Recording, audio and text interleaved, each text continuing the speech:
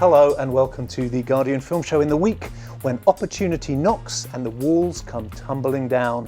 And if we can't have a Hollywood film about the Guardian Film Show, we'll accept a Hollywood film about the Guardian's role in the WikiLeaks scandal. And fingers crossed it captures this place in all its glory, complete with acts of investigative heroism, vicious career rivalries and torrid sexual intrigue. And if it doesn't, we'll be sure to say as much. Why have you got your constipated face on? Hot off the press on this week's show, Jim Broadbent and Lindsay Duncan spend Le Weekend in Paris in Roger Michel's tart relationship drama.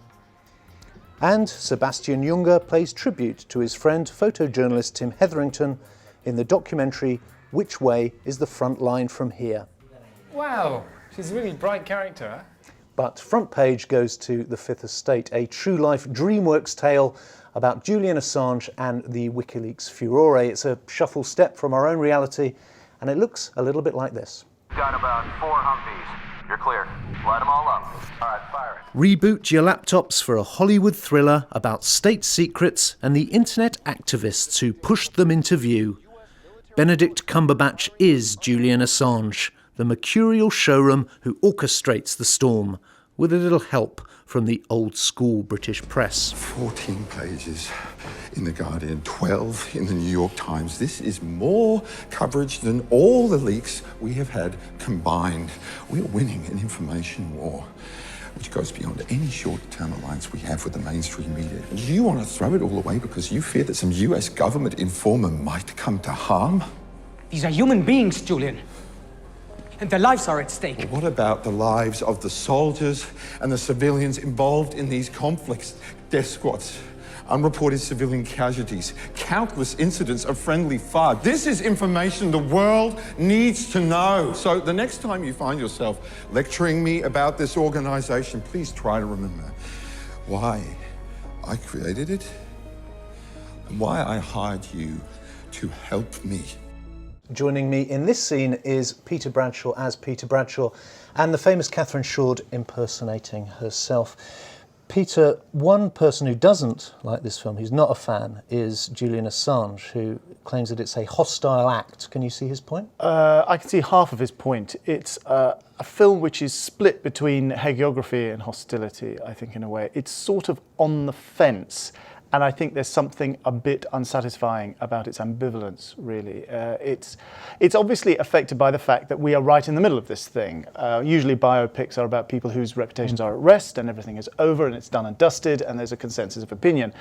This is very far from the case with Julian Assange. He's still holed up in the Ecuadorian embassy. The sex claims against him are very far from put to rest. And this, I suspect, is what hangs over this film like a cloud. It alludes very, very briefly and rather tentatively to the rape claim in the closing credits. But of course, there's no question of trying to dramatise it or addressing it head on. But nevertheless, this is what hangs over it. It's the elephant in the room. They refuse to say this is why we're still not sure about Julian Assange after all this time. If that didn't exist, then we would be far more full-throated, or they would be far more full-throated in their endorsement of Julian Assange. So I think the film is hamstrung, fundamentally hamstrung by not knowing what to think about its own leading character. But set against that, there is this wonderful lead performance from Benedict Cumberbatch, who is eerily good as Assange. I've never met Assange, but I've seen quite a lot of interviews with him, and my goodness, it's as if you're talking to him. It really is a brilliant impersonation. Would you go along with that, Catherine? I mean, it's an interesting thing in that you've got this kind of slippery, evasive, mercurial character at the centre of a slippery, evasive, controversial story that is yet to be resolved. And do you think that a big bells and whistles Hollywood blockbuster is quite the best vessel to kind of hold that story? I think on the evidence of this, perhaps not at this stage. I agree that Cumberbatch is fantastic and he's really compelling, so much so that I think the film around him suffers a bit. But I mean, partly because it's unresolved and partly because what you're dealing with here is people typing a lot on laptops and pressing launch. they have to sort of dress it up a lot with kind of whizzy visuals and flight maps to show the spread of knowledge, and people sort of forever getting their laptop out and then slamming it back down with a huge crash and then racing off somewhere else. But nonetheless, you're still watching people type a lot, which isn't that exciting actually. And so you have that, they have that sort of snuzzing it up visually, and then they have this sort of social network style structure where you have this sort of bromance between the two of them and which one will let each other down and all that. And that doesn't quite convince, I think, partly because Daniel Bruhl's character isn't terribly interesting, and also because it's so partial. It's partly based on his character's book. So you've got those two things, and you've got the sort of unweighting of Benedict Cumberbatch being so bloody good in it. So for all those reasons, it doesn't quite come off. It's hard to see who's going to go see it. I mean, for us, it's fantastically interesting to see The Guardian represented on film. It's a brilliant performance, but Cumberbatch fans aren't going to massively fancy him in this, presumably, because, you know, with the best will in the world, he's not looking as hot as he can. Who's going to go? I don't know. No. And there isn't much in the way of the kind of freedom access demographic to feel that excited about. What I kind of felt irritated by this film, in the same way I felt a little bit irritated by Alex Gibney's documentary, although the documentary does a much better job of shedding light on it, is Assange did this incredible thing for journalism. However infuriating he is, however appalling he is, because I never had to deal with him. Lots of people in this office did have to deal with him, and they therefore feel much more on the fence. I never had to deal with him, so I think he's an extraordinary character, and you don't get to do these things without being difficult. And without being appalling and difficult and all the rest of it, and the same thing goes for pissing people off. Of course you do, and the same thing goes for Bradley Manning, whose role in the whole thing is very much, I'm afraid to say, underplayed in this movie, not in Alex Gibney's documentary, but in this movie. So yeah, I don't know. I mean, I'm always very touchy about how journalists are portrayed on film. I don't care how other professions are portrayed, but journalists, there's an absolute tradition that journalists have to be unshaven, they have to be wild men. They show up in the office 3 hours after everybody else for some reason. Everybody else is typing away and they show up in the office and they need to speak to the editor right away. And this film, actually, he breaks in on the editor. Oh, we've all done it. Yeah, and sort of tells, right, you, get out. I need to speak to Mr. Rusbridger right away. I think I wouldn't dare to do that. We'll try it after this. Well, yeah, we should do. But I don't know. And the portrayal, Peter Capaldi's portrayal of the editor was a very game visual impersonation, but I did rather smile because the editor is not that grim and grouchy in real life. I don't think even on these occasions. I think he did smile occasionally, surely. Whereas Peter Capaldi and Dan Stevens seemed to think it was very important that they should do this, and lots of slightly Aaron Sorkin walking up and down corridors. Yeah. And which doesn't happen, I don't think, around here. Does it? Or maybe it does. I don't know, Catherine, what did you think? Did you recognise your place of employ? No, not at all. It was like you were on drugs, wasn't it? It was sort of the same yet different. It looked oddly like a car park. But, and they don't allow that at The Guardian, not since the memo of and we're not allowed to have drugs. Yeah, exactly. Just booze. Yes. But I think the thing is that mentioning Sorkin is interesting because that's the thing is with Cumberbatch, you know what he says, you know how he sounds, and you know the way he talks. And what you're desperate for actually is a bit of Sorkin stardust, like you got in Social Network. You can't do it because he's not that kind of guy. He's not funny like that. And then it is distracting because, you know, we both know that Alan doesn't sort of slam down phones and say, well, thanks for giving us shit. Thanks for giving. I mean, or maybe but, you know, I've never seen him do that. No. It is sort of distracting that. He does talk quite quietly in real life, so he may well be saying it. Yes, we may not have heard it. It's very odd. So what's this new leak you're sitting on? Must be big if it's piqued the interest of the CIA. So you do believe me? No. I didn't. Until I noticed your friends. Let's not attract attention. The American spooks are relatively civilized. It's the Russians who should be keeping an eye on. Room 376. When Miss Lang returns, bring her up. They'll assume you're in for the night. That'll give us plenty of time to find a way to slip you out of the hotel and for you to show me what it is that's got their knickers in such a twist. Anyway, good night. Good night. Good night. Benedict Cumberbatch stirring up a hornet's nest of trouble in the Fifth Estate. We now move on to Sebastian Junger's portrait of the war photographer Tim Hetherington. Now, these two men were friends and they collaborated on the Oscar-nominated documentary Restrepo back in 2010. But this film, all being well, is one that Junger would never have made. You know, working at war, myself, Tim, other journalists, develop mechanisms to cope. A lot of the time, I think Tim looked for refuge in his work. Striving always to be the best and to get it right and to be different. I think that brought him a lot of comfort and it helped him to assimilate what he saw at war. Peter, this is a portrait of photojournalism, but it's also a portrait of the man at the centre as well, isn't it? It's a very affectionate tribute to that man. It is. I think it is very affectionate, and I think it's very valuable in that it sets a context for what we know about him. I really knew nothing more about him than Restrepo, and I think it puts it in perspective, that movie. It hasn't lessened it, in my view, but it certainly made me feel that Hetherington's work in West Africa, the stuff that he was shooting in Liberia and in Sierra Leone was, I think, more interesting and more alive. Restrepo was brilliant in many ways, but fundamentally, he was embedded. He was embedded with the guys, the American army. And for all the interesting and wonderful human insight, it was about them. It was telling you what you sort of wanted to know already, namely that these were just scared boys going to war. And although that's a truth, that's an eternal verity, it is something we know already. Whereas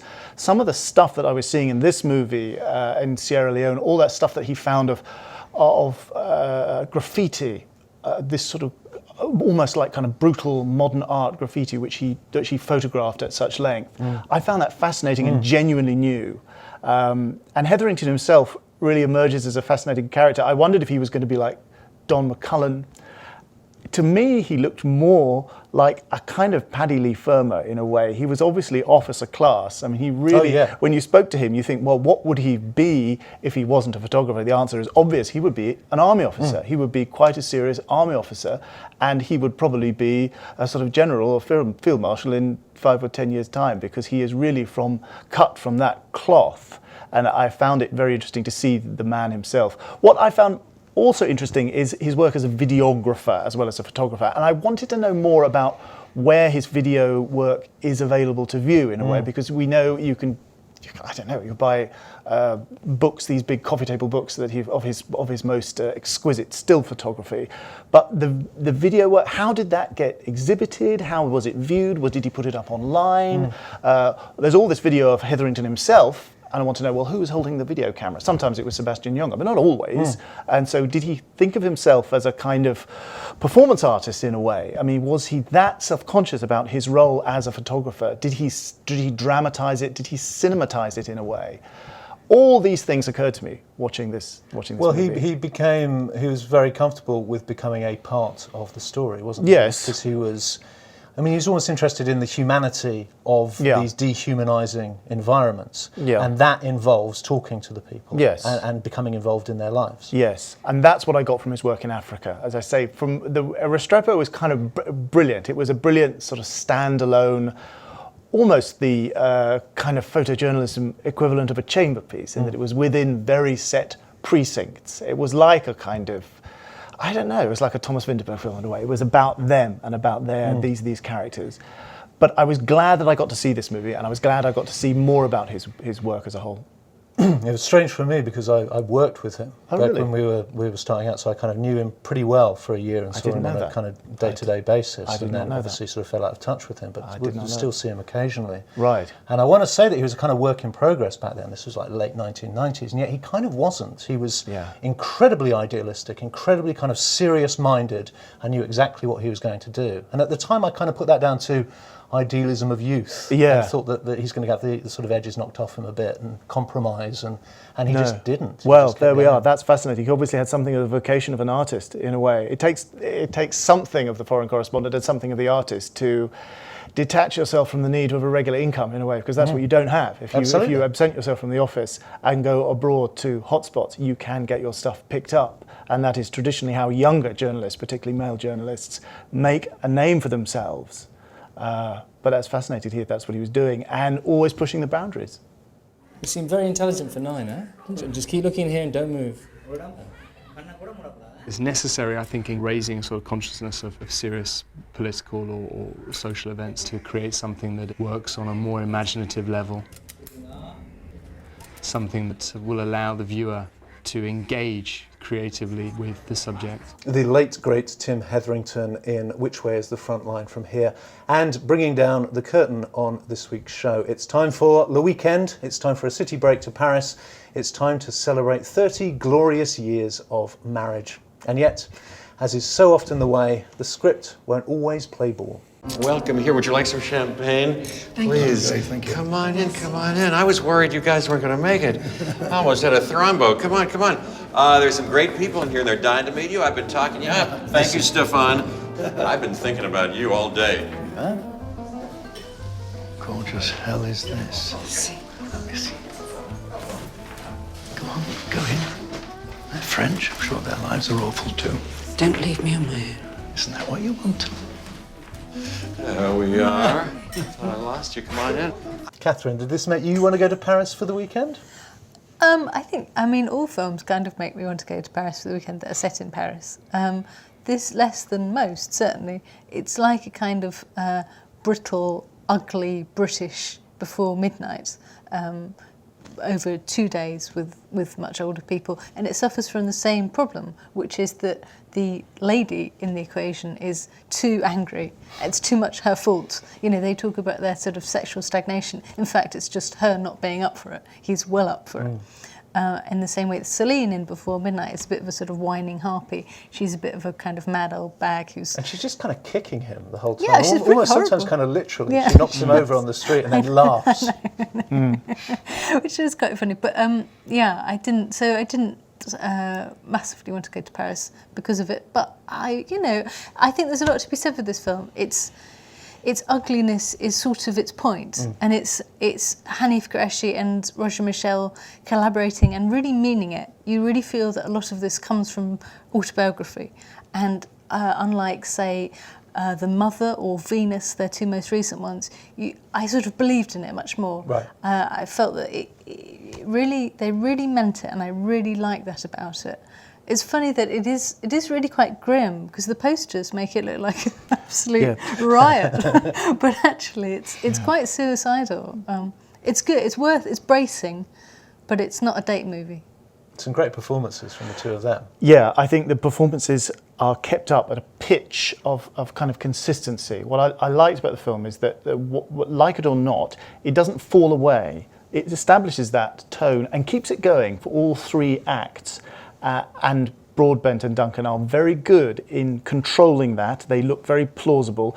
And I like the idea, that very politically and emotionally incorrect idea that couples can, at the end of 30 years together, sort of decide that they dislike each other quite intensely. And I like the idea that they're seeing each other for the first time, in a way. That weird kind of, oh my God, who are you? Who is this old woman or old man that I'm married to? And you will only see it if you're taken out of your usual context and plonked into a flash hotel. Suddenly, you'll see yourself and you'll see your partner for the first time after 30 years. I like that idea. But they didn't quite follow through with it. There is an unsentimentality in it, which is basically pretty sentimental, I think. There is a kind of leniency of tone.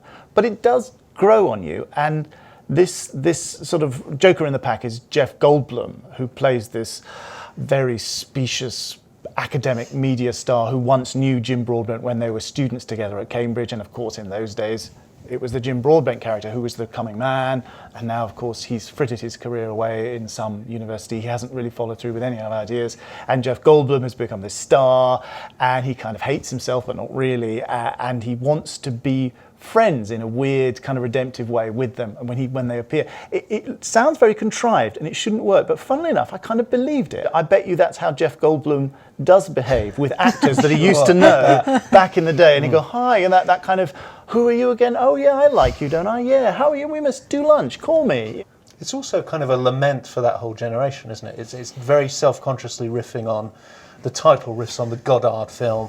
They're breathless, but it's because they're kind of out of puff as they're climbing the steps to Sacré-Cœur. So it's trying to make a kind of slightly wider sort of social point about that generation as well as this couple, isn't it? I don't think that comes off. No? I mean, not really. And I think when they try and portray them as young at heart, that is sort of unpleasant, because in fact how that establishes itself is that they're kind of they renege on their bills. They leave restaurants without paying, which you're meant to find charming. And that stage I thought was really antisocial because they're not some that waiters poor. not getting paid. I know, you dick. So I didn't like that at all. I didn't think that worked. I didn't think I'm sure that Michelle and Qureshi think that that's cute. It isn't.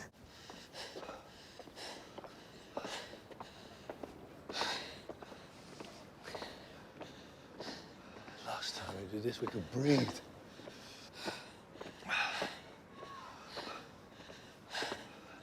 Your knees gone yet? No, not yet. Nothing's gone yet.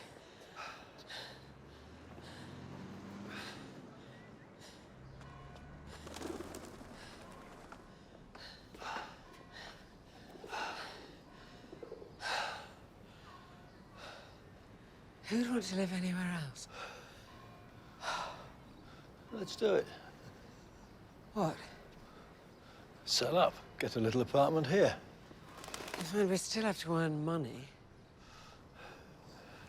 Haven't we worked for long enough? What else would we do? We could be artists. Nick, we're from Birmingham. Duncan and Broadbent getting a little breathless there in The Weekend. And that's it from us. We've talked ourselves hoarse and it's time to step off the stage. My thanks to Catherine Shoard and Peter Bradshaw. We're back next week, hopefully in a more familiar setting where the films are just films and we're just the observers. Thanks for watching. See you soon.